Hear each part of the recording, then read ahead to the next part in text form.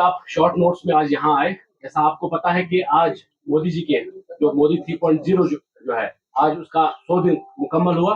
उसी विषय पे आपसे बात करने के लिए और चर्चा करने के लिए हमारे साथ जो है अभी नेशनल स्पोक्स पर्सन शाहजहां इल्मी जी है, और एक्सट्रीम लेफ्ट में जो है हमारे बीजेपी के लाल चौक के कैंडिडेट और हमारे senior leader engineer Ejaz Hussain जो है।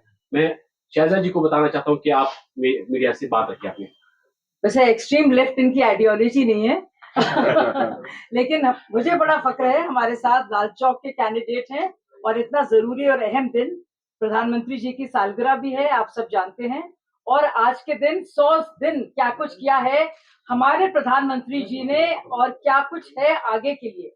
तो ये ट्रेलर जो उसके जिक्र में करूंगी, सिर्फ 100 दिन में क्या कुछ कर पाए हैं हमारे प्रधानमंत्री, जो तीसरी बार लगातार देश के पीएम के तौर पर, प्रधान सेवक के तौर पर है। उन्होंने लंबी चौड़ी फहरिस्त हम सबको भी दी है, क्योंकि अब से लेकर 2 अक्टूबर तक सेवा के तौर पर हम लोग काम करेंगे। प्रधानमंत्री जी का यही एक उम्मीद है और यही एक गिफ्ट है जो हम उनको दे सकते हैं। तो खिदमत खल के लिए हम लोगों को काम करने के लिए कहा गया है। लेकिन मैं आप लोगों को बताना चाहती हूँ, देश भर में ये बात और ये पैगाम देना चाहती हूँ कि किस तरह से सिर्फ 100 दिन में हमारे प्राइम मिनिस्टर ने क्या कुछ किया। सबसे पहले मैं बात करूंगी इंफ्रास्ट्रक्चर डेवलपमेंट की, और 3 लाख करोड़ से ज्यादा प्रोजेक्ट्स का 100 दिन में अप्रूवल दिया गया है। इसमें फिर से, जैसा कि आप लोग जहां पे भी आपका तजुर्बा आपका है, आपको इस बात का एहसास है, रोड्स, रेलवेज और एयरवेज पे पूरी तरह से ध्यान है। मधावन मेगा पोर्ट महाराष्ट्र में, चाहे वो हो और चाहे उसके अलावा रूरल रोड स्कीम्स हो। इसके अलावा इंफ्रास्ट्रक्चर में आप जानते हैं बहुत सारी चीजें की गई हैं, लेकिन इसी दौर में आप सोचिए 100 दिन में, मतलब ये ऐसे उपलब्धियां हैं और अकम्पलिशमेंट्स हैं कि 70 साल तक लोग नहीं कर पाए हैं।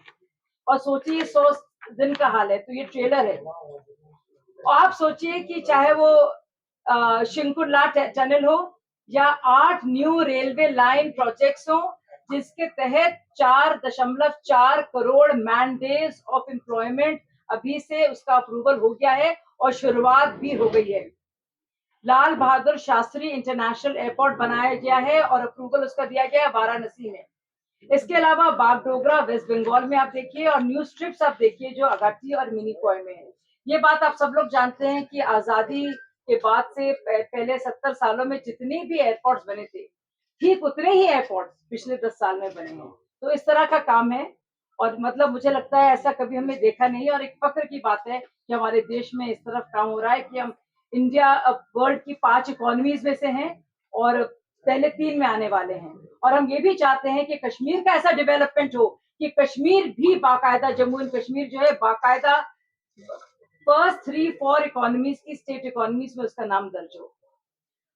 इसके अलावा जो किसान सम्मान योजना है उसको रिलीज किया गया है, उसका 70वां इंस्टॉलमेंट, और 20 करोड़ रुपए उसमें डिस्ट्रीब्यूट करे गए हैं 9.3 करोड़ किसानों को।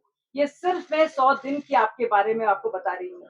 मिनिमम सपोर्ट प्राइस आपसे लगातार लोग पूछते हैं और लगातार ये सवाल पूछे जाते हैं।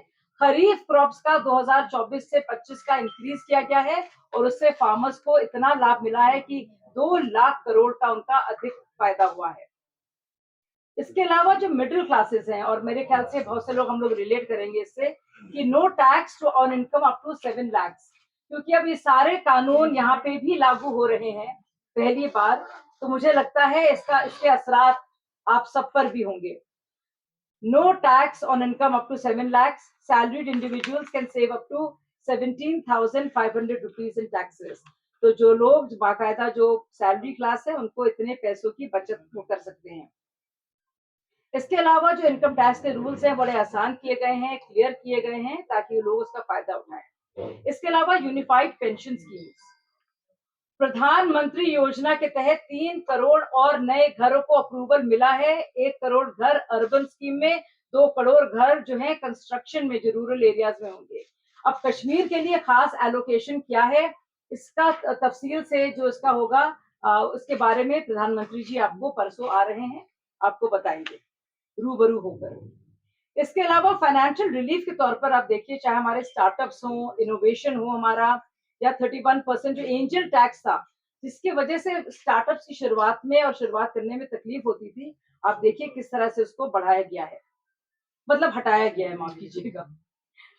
इसके अलावा ईज ऑफ डूइंग बिजनेस, मेरे ख्याल से आप में कई लोगों ने इसको देखा भी होगा और एहसास इसका आप लोगों को होगा कि नेशनल इंडस्ट्रियल कॉरिडोर डेवलपमेंट, मुद्रा लोन लिमिट जिसका फायदा सबको मिल रहा है और खासतौर से यहाँ के बाशिंदों को भी, वो आप देखिएगा 10 लाख से 20 लाख रुपए जो था वो अब बढ़ा दिया गया है।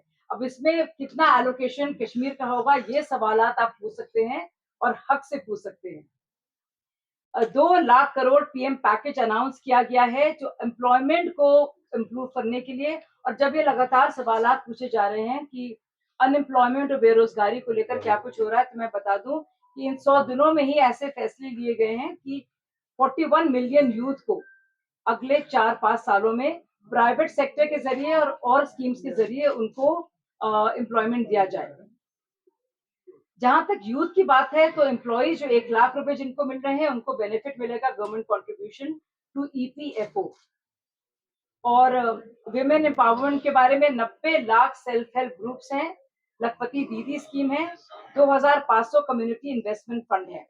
इसके अलावा ये बहुत जरूरी बात है, मुझे लगता है जम्मू एंड कश्मीर में इसका बहुत ही जबरदस्त असर है कि empowerment of OBCs, Dalits, minorities and tribes. अब मैंने कल कांग्रेस का यहाँ का मैनिफेस्टो देखा, काफी डर गए हैं, अब तक मैनिफेस्टो रिलीज नहीं कर रहे थे। उनको इस बात की घबराहट थी एजाज साहब की दुनिया भर में तो आरक्षण की परस्ती की बात कर रहे हैं, जुमा जुमा 2 दिन हुआ उनको आरक्षण की बात करने लगे। उनके चाहे वालिद साहब हों, उनकी चाहे दादी साहिबा हों या फिर परदादा जवाहरलाल नेहरू हो, उन्होंने हमेशा रिजर्वेशन के खिलाफ क्या कुछ नहीं कहा।